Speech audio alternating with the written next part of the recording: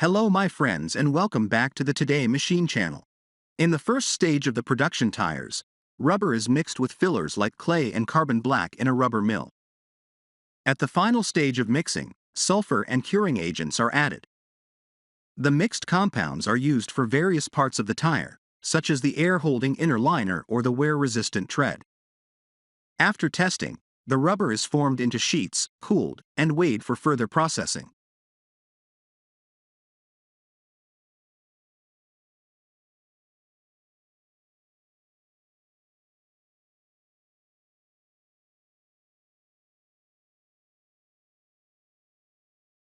Different components of the tire are produced separately. These include bead wires, reinforce the tire and help it stay on the rim. Rubber-coated cord, provides strength and flexibility. Extrusion and calendering. The rubber compound is heated and extruded into tread and sidewall shapes. The inner liner is calendared, while the tread and sidewalls are cut to precise lengths.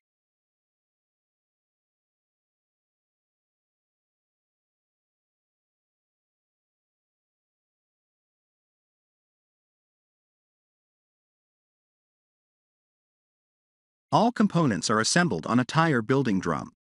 The process starts with placing the inner liner, sidewalls, and bead core.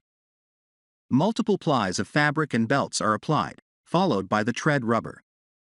Once all layers are assembled, the result is a green tire, which resembles the final product. The green tire undergoes vulcanization, where it is placed in a curing mold, heated, and reshaped.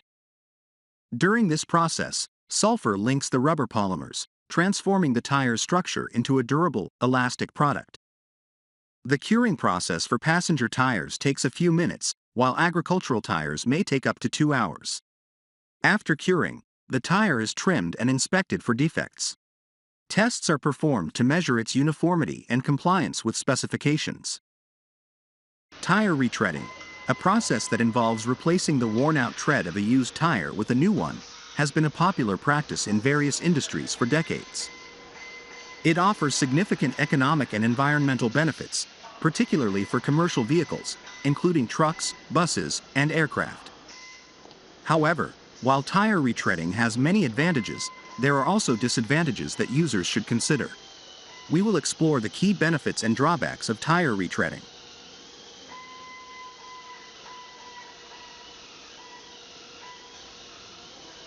One of the most significant advantages of tire retreading is the cost savings. Retreading a tire can save between 30% to 50% of the cost of a new tire. For example, a new commercial truck tire may cost between $300 and $500, while a retreaded tire costs between $90 and $140. For companies with large fleets, such as transportation or logistics firms, these savings can add up to thousands of dollars annually. The reduced cost of retreaded tires also makes them more accessible for smaller businesses or individuals who are looking for a cost-effective option without sacrificing performance. In addition, since many tires can be retreaded 2 or 3 times, the overall savings over the tire's lifetime are substantial.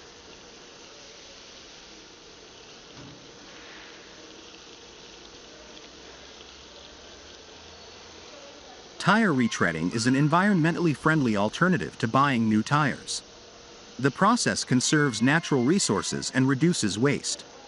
A significant portion of a tire's raw materials, particularly oil, is used in the production of the casing. By reusing the casing, retreading saves approximately 15 gallons of oil per commercial truck tire and 7 gallons per passenger tire. This reduction in raw material consumption directly contributes to lowering the environmental footprint of tire manufacturing. Additionally, retreading helps reduce the number of tires that end up in landfills. In the United States alone, approximately 300 million tires are discarded every year. Retreading can reduce this number by up to 80%, decreasing tire waste and the associated pollution. Overall, the process aligns with sustainability efforts by promoting recycling and reducing the demand for new tires.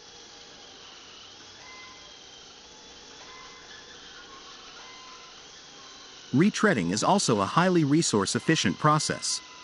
Since up to 75% of a used tire's casing is retained, the need for new materials is significantly reduced. This conservation of resources is particularly important for industries with high tire usage, such as trucking and aviation. Furthermore, retreading uses less energy than manufacturing a new tire. It is estimated that the energy required to produce a retreaded tire is only 30% to 50% of that needed to produce a new one. This energy efficiency makes retreading a more sustainable option in terms of both resource use and production emissions. In turn, companies can lower their overall carbon footprint by choosing retreaded tires.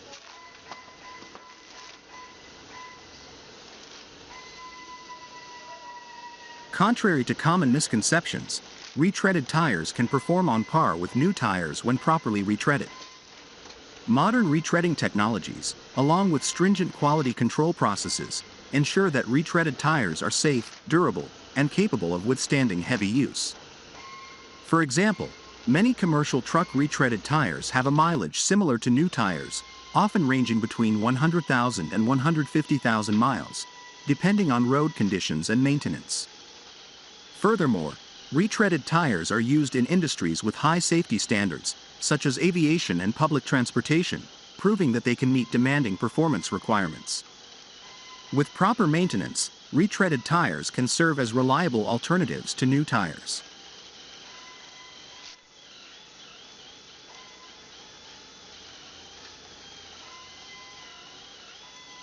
One of the key disadvantages of tire retreading is the potential for variability in quality.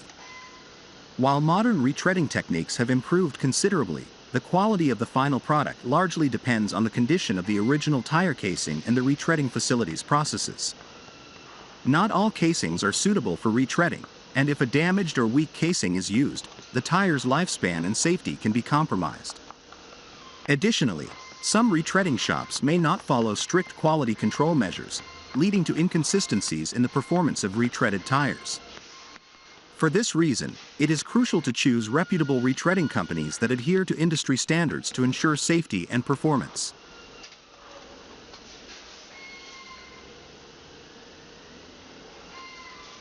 Although tire retreading is commonly used for commercial vehicles, such as trucks and buses, it is less common for passenger cars.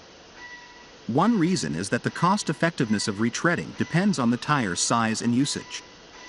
Passenger car tires, which are generally smaller and experience less wear than commercial tires, may not benefit as much from retreading. Additionally, some passenger vehicles, especially those designed for high-speed performance, may not be suitable for retreaded tires due to safety concerns. As a result, retreading is often seen as a better option for vehicles that experience heavy, slow-moving loads rather than for cars driven at high speeds.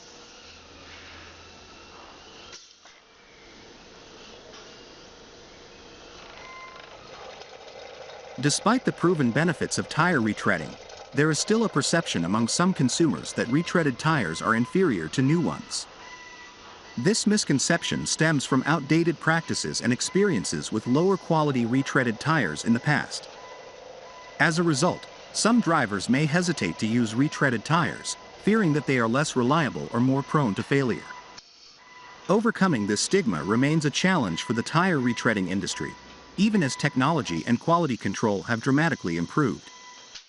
Educational efforts and awareness campaigns can help mitigate these concerns by informing consumers about the safety and performance of modern retreaded tires.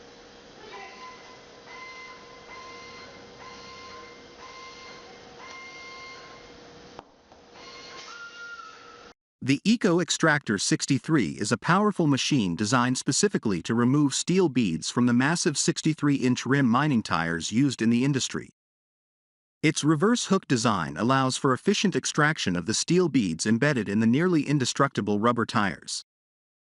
This unique mechanism ensures the beads are removed cleanly, which helps in downstream recycling processes. The machine is operated by a single person using remote control, making the operation both safe and efficient.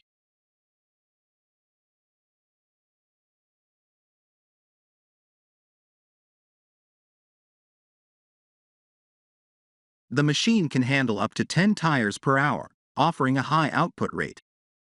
Additionally, it features an automatic bead ejector that simplifies the bead removal process. With 125 HP of power, this machine is robust enough to process the toughest mining tires. Its dimensions, 22 feet long, 8 feet wide, and 8 feet high, allow it to handle large tires while maintaining manageable space requirements.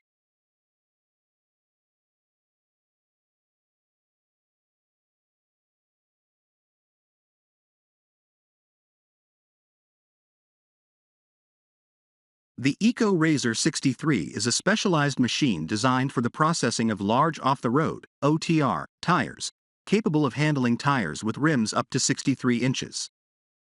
It utilizes a powerful 125 HP system to efficiently remove and process rubber from three sides of the tire. This high-tech machine produces wire-free rubber buffing chips at a rate of up to 1 ton per hour. The machine features an articulating head and adjustable knives, allowing for precise control of the output size.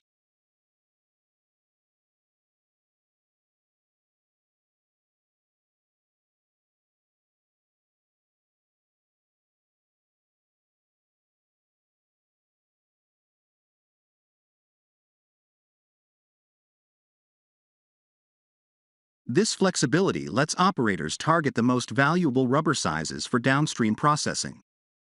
The dual-head design enables rasping of rubber and splitting of the tire. The rubber produced is ready for screening, packaging, and resale. With a weight of 24,000 pounds and dimensions of 30 by 24 by 16 feet, the Razor is a robust solution for efficiently preparing OTR tires for further recycling or transformation into products like water tanks or wear strips.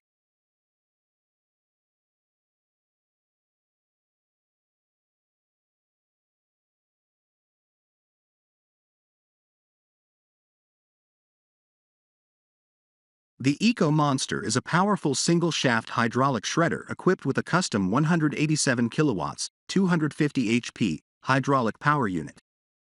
This unit drives a Hägglunds hydraulic motor, providing efficient and long-lasting performance with minimal operating costs.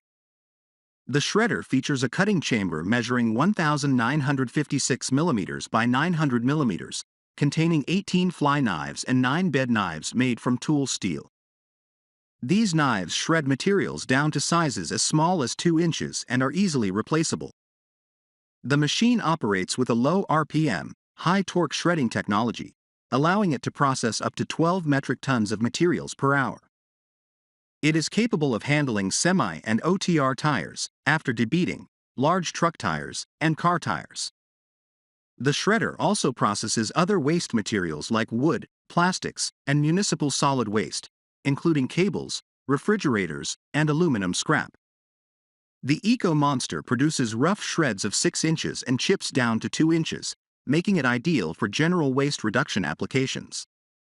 Its durable design and powerful capabilities make it an efficient solution for municipalities, landfills, and recycling centers handling a variety of challenging waste materials.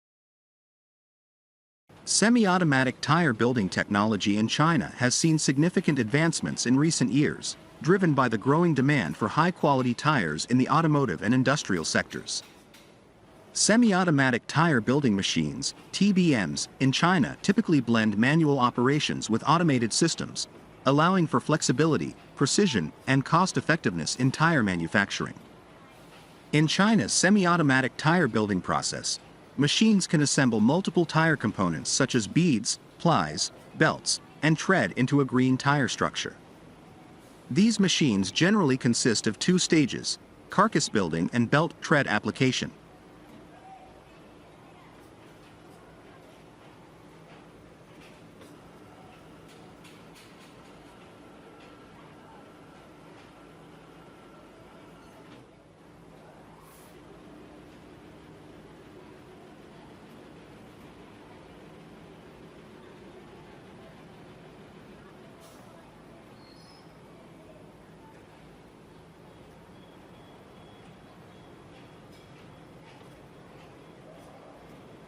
While the initial setup is handled manually, the critical steps like tension control, material application, and pressing are automated.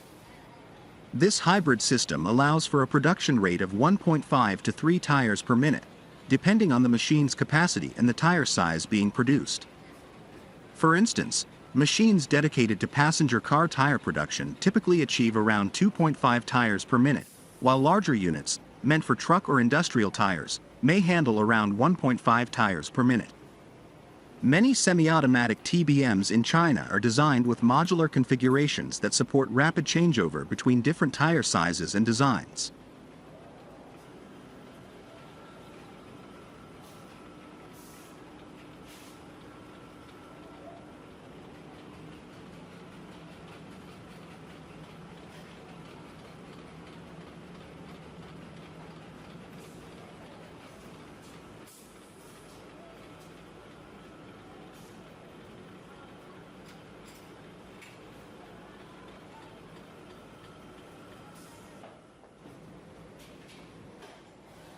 These systems often feature PLC, programmable logic controller, systems, which ensure precision in the application of different tire components, reducing material waste and increasing consistency. The machines also come with advanced tension control mechanisms to ensure uniform application of rubber materials, crucial for ensuring tire performance.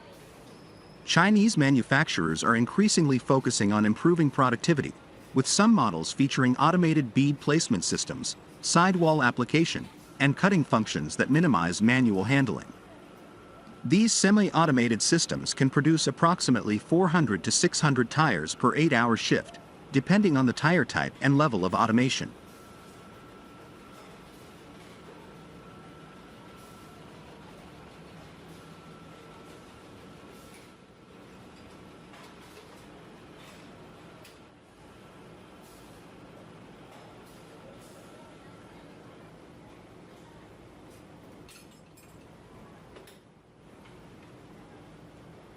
The tire recycling industry plays a crucial role in environmental sustainability by converting waste tires into valuable materials and products.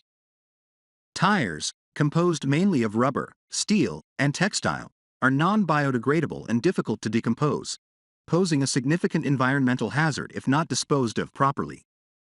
With approximately 1.5 billion tires discarded annually worldwide, tire recycling has become a key focus for both environmentalists and businesses seeking sustainable solutions.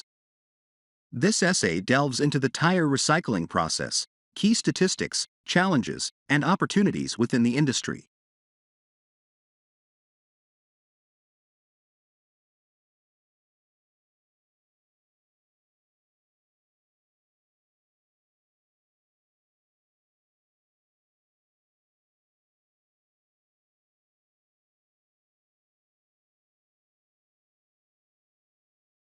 Tire recycling process.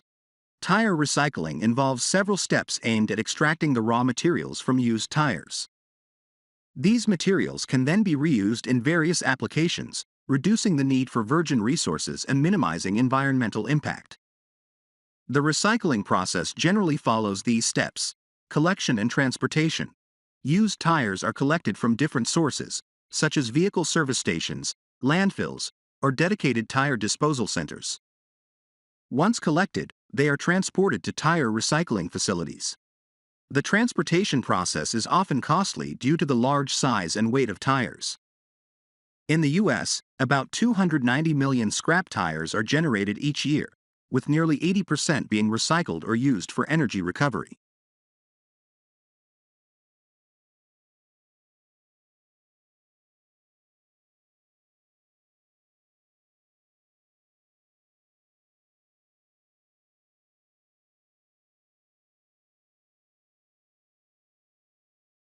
Shredding. After collection, the tires are subjected to mechanical shredding. This involves cutting the tires into smaller pieces to facilitate further processing. Tire shredders are typically equipped with sharp blades that can break down even the most rigid tire types. Shredded tire chips, which can range from 50 to 150 millimeters in size, are then sorted for further treatment. Steel removal. Tires contain steel wire for reinforcement, which needs to be separated from the rubber components. This is achieved through a magnetic separation process where powerful magnets remove the steel from the shredded tires. The steel can be recycled separately, contributing to the circular economy. Rubber granulation and powdering. Once the steel is removed, the rubber is further reduced in size through a granulation process. Granulated rubber, commonly referred to as crumb rubber, can be as small as 1 to 4 millimeters. Some processes further reduce it into powdered rubber with a particle size of less than 1 millimeter. The granulated or powdered rubber is then used for various applications, including rubberized asphalt, playground surfaces, and new tire production.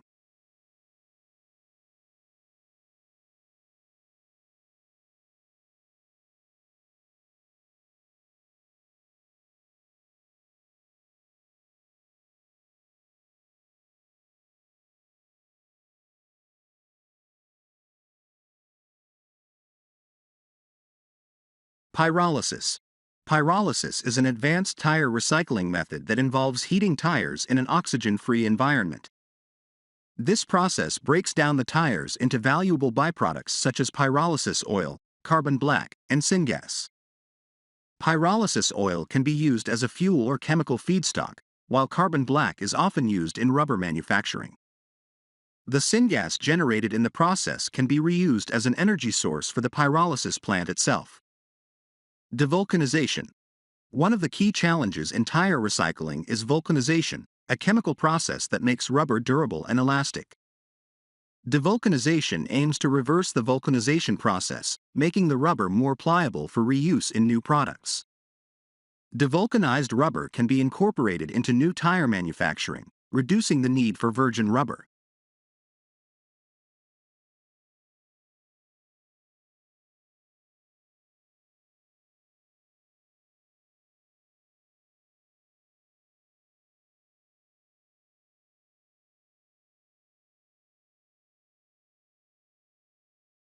Key statistics in the tire recycling industry. Tire recycling has witnessed substantial growth over the years, driven by both environmental regulations and the increasing demand for recycled rubber in various industries. Some of the key numbers related to the global tire recycling industry include global tire production. Approximately 3 billion tires are produced globally every year, with China, the United States, and Europe being the largest producers. Of these, about 1.5 billion tires reach the end of their life annually. Global tire recycling rate. The global recycling rate for tires varies by region. In Europe, more than 90% of end-of-life tires are recovered or recycled, thanks to strict regulations imposed by the European Union. In the US, approximately 76% of scrap tires are recycled, while in China, the recycling rate is lower, estimated at around 50%.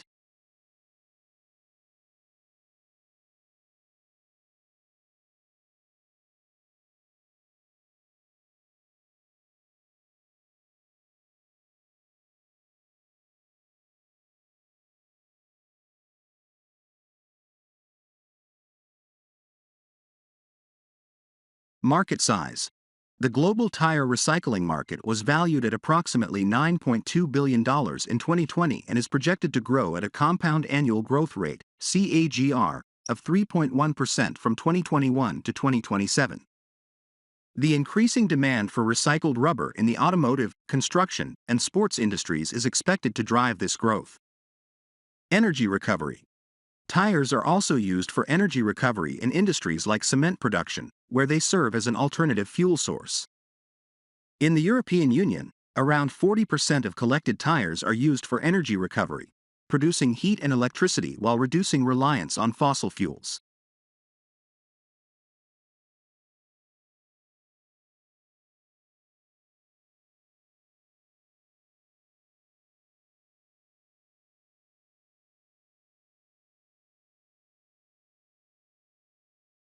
The tire recycling industry is evolving, with new technologies and innovations driving improvements in efficiency and sustainability. Advanced pyrolysis technologies. Innovations in pyrolysis have made it possible to recover more valuable products from scrap tires, such as higher quality carbon black and cleaner fuels. This has the potential to transform pyrolysis from a niche process into a mainstream tire recycling method. Rubberized asphalt. One of the most promising applications of recycled tires is in the production of rubberized asphalt. This material is used to pave roads, providing improved durability, noise reduction, and resistance to wear. States like California and Arizona have been pioneers in adopting rubberized asphalt, leading to a growing demand for crumb rubber.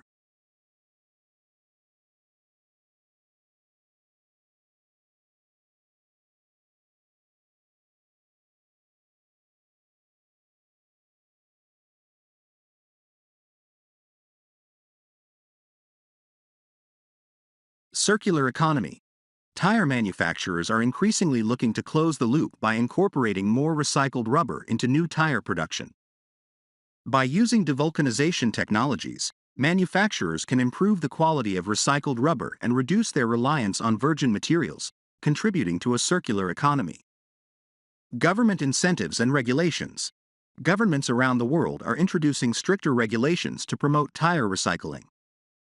In the European Union, the End-of-Life Vehicle Directive mandates that 85% of vehicles, including tires, must be recycled or reused. Such regulations, coupled with financial incentives, are expected to drive further growth in the tire recycling market.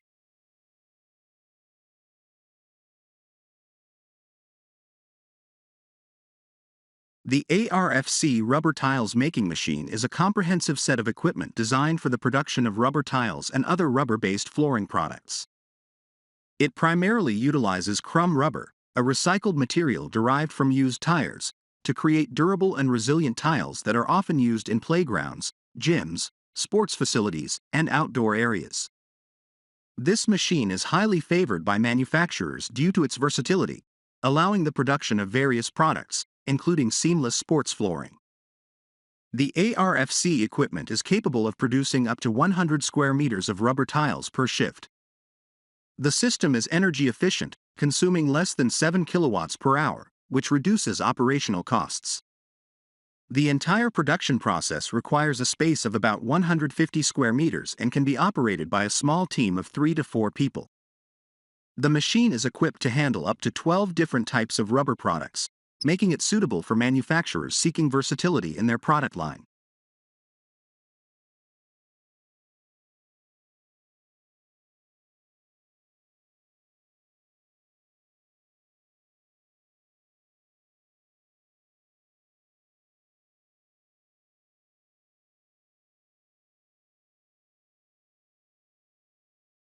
Key components of the machine. Hydraulic press.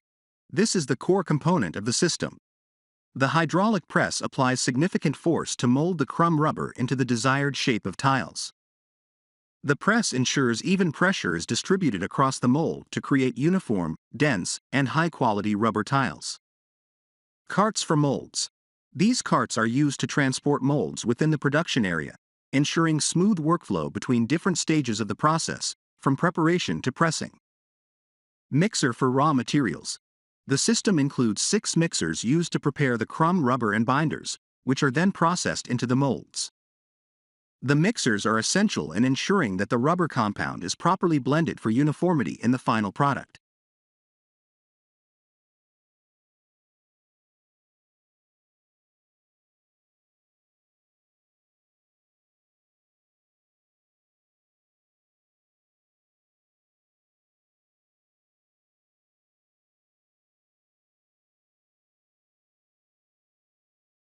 Molding table. Once the raw materials are mixed, they are transferred to the molding table where they are packed into the molds. The machine comes with 2 molding tables that provide sufficient workspace for operators. Molds.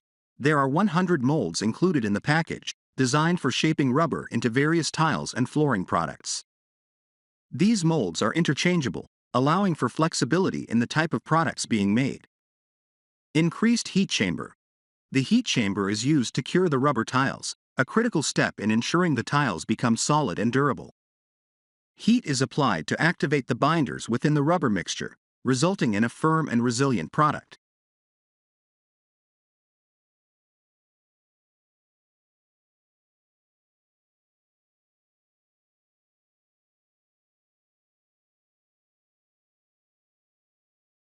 Temperature sensor and control panel.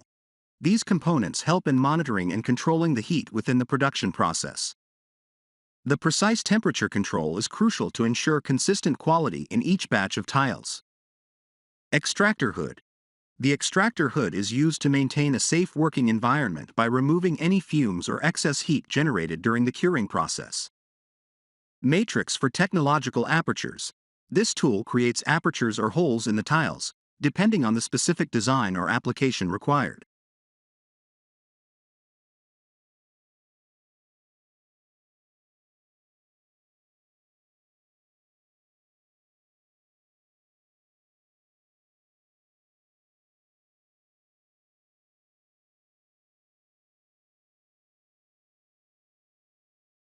The process begins by mixing crumb rubber with binders in the raw material mixers. This mixture is then placed into molds, which are transported to the hydraulic press using the carts. The hydraulic press applies pressure, compressing the mixture into tiles. Once the tiles are pressed, they are moved to the heat chamber, where they undergo a curing process. The heat activates the binders, solidifying the tiles. After curing, the tiles are placed on stands to cool down, completing the process.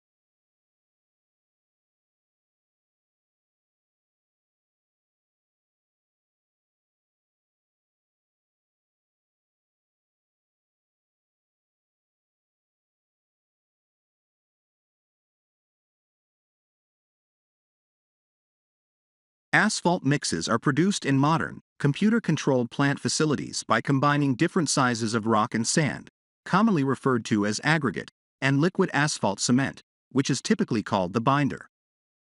The mix design depends on the specific requirements of the intended use and the job mix formula established during the design process.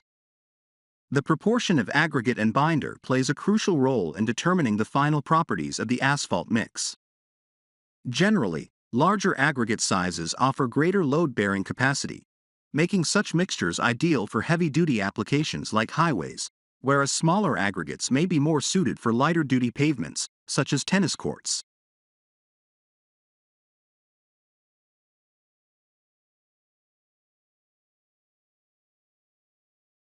The binder, which is essentially liquid asphalt cement, is used to coat the aggregate, binding the particles together to form a durable surface. Some types of binders come with performance-enhancing additives, making them suitable for different types of asphalt mixes.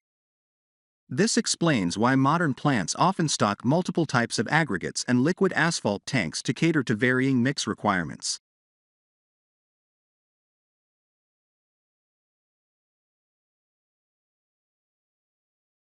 The production process of asphalt mixtures is almost entirely automated. The aggregate materials are stored in separate hoppers known as cold feed bins. These materials are then fed into the plant using variable speed belt conveyors located at the bottom of the hoppers. The speed of the conveyors controls the flow rate of each aggregate type, ensuring that the materials are blended according to the job mix formula and desired production rate. Between the cold feed bins and the drying drum, a screen is usually installed to prevent oversized material from entering the mix, ensuring consistency and quality.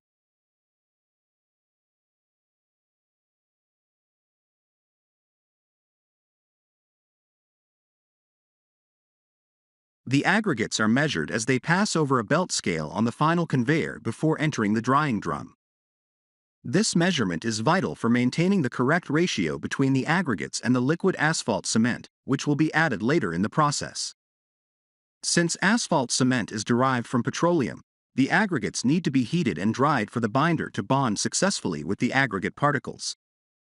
The most efficient way to achieve this is by using a rotary rock dryer, which features a burner embedded within it.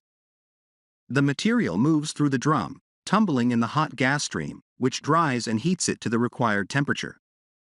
Depending on the plant's size and type, this process typically takes 3 to 5 minutes.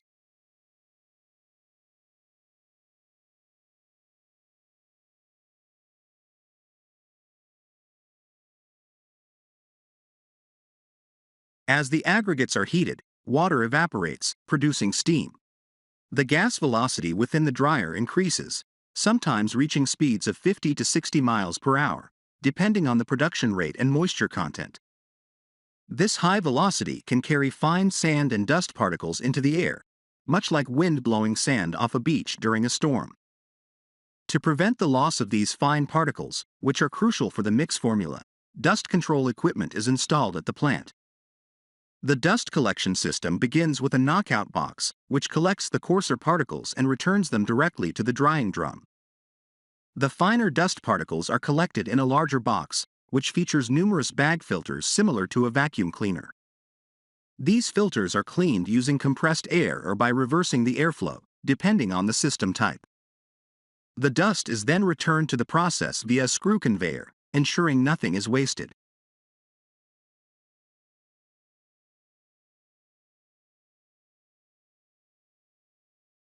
Operating a rotary dryer, managing the burner to control mix temperatures, and handling the dust collection system to recycle fine particles are key skills for any plant operator. Modern asphalt plants are also designed to incorporate reclaimed asphalt pavement, RAP, into the mix. RAP is material that has been removed from existing roads and recycled for reuse. Plants equipped with RAP bins can proportion reclaimed pavement into new mixes, helping to reduce waste and lower costs.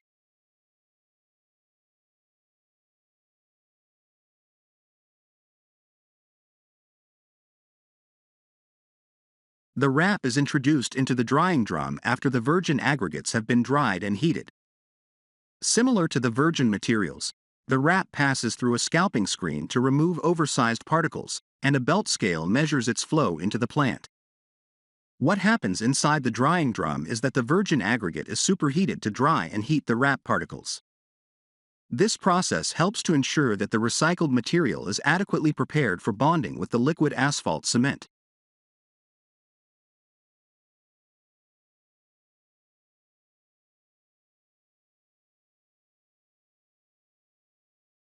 While the virgin aggregate and RAP are being processed, the liquid asphalt cement is drawn from storage tanks and measured into the mix. As mentioned earlier, different types of asphalt cement are used depending on the specific mix being produced. The computer-controlled system meters the binder in proportion to the flow of both virgin aggregate and RAP, ensuring that the correct amount of binder is applied. This process is essential because the RAP already contains some residual binder, which must be taken into account when determining how much new binder to add.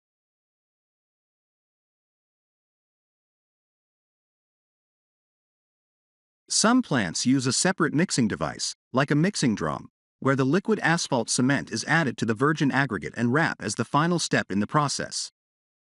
However, many plants are designed to complete the entire process within a single piece of equipment. Once the asphalt mix is fully prepared, it is transferred to storage silos.